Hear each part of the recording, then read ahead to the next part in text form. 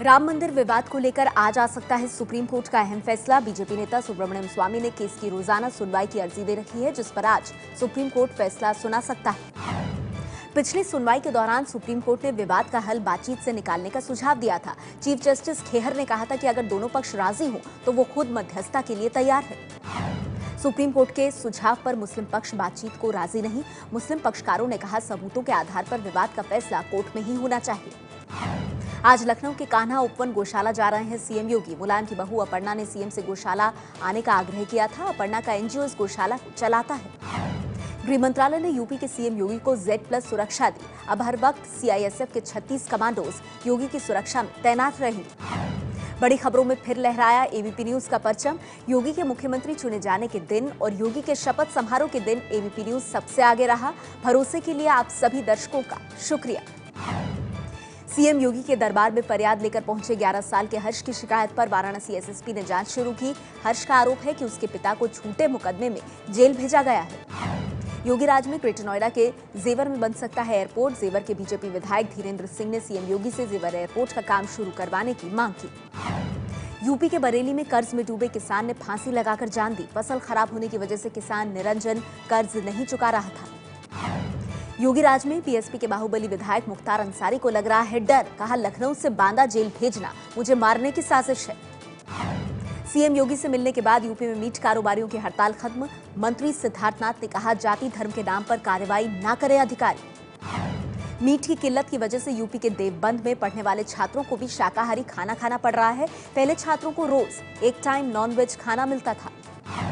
दिल्ली से सटे नोएडा में मजिस्ट्रेट दफ्तर के बाहर मीट दुकानदारों का प्रदर्शन। आरोप है कि लाइसेंस के बावजूद पुलिस दुकानें नहीं खोलने दे रही है।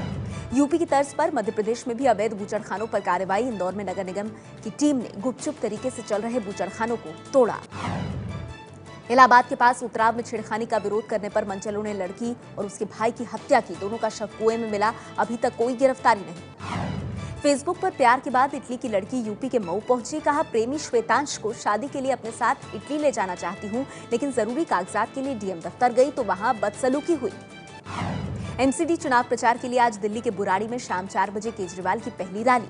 दिल्ली में 23 अप्रैल को एमसीडी के लिए वोटिंग। नतीजे 26 अप्रैल को आएंगे।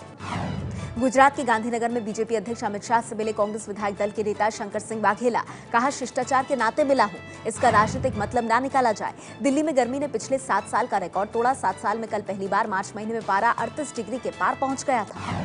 यूपी के कई शहर भी भीषण गर्मी की चपेट में। महोबा और बांदा में पारा 43 डिग्री के पार। इलाहाबाद में भी पारा 42 डिग्री तक पहुंचा। महाराष्ट्र में नागपुर समेत 24 जिलों का तापमान 40 डिग्री के पार पहुंचा। अब तक गर्मी से 5 की मौत। अगले 2 दिन में गर्मी बढ़ने की आशंका।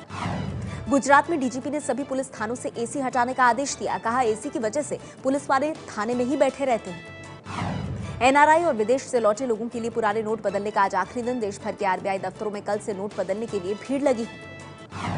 प्रधानमंत्री गरीब कल्याण योजना के तहत आज काले धन के खुलासे का भी आखिरी दिन है। इसके लिए आज आधी रात तक चुनिंदा शहरों में इनकम टैक्स ऑफिस खुले रहेंगे।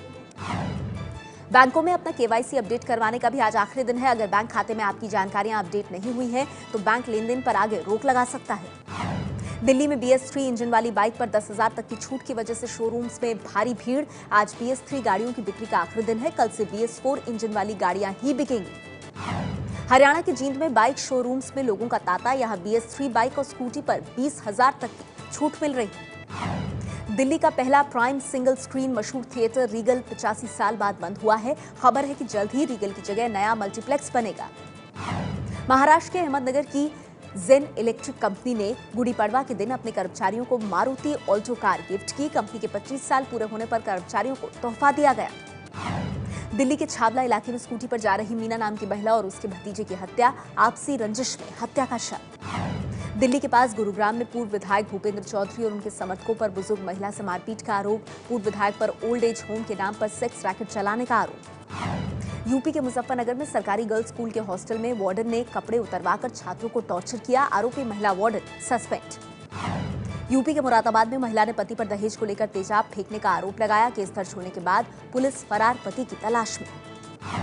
विदेश मंत्री सुषमा स्वराज ने ट्वीट करके ज्योति एस पांडे नाम की महिला को खुदकुशी करने से रोका। महिला न्यूजीलैंड के लिए वीजा नहीं मिलने पर खुदकुशी की बात कह रही थी। सुषमा ने मदद का भरोसा दिलाया।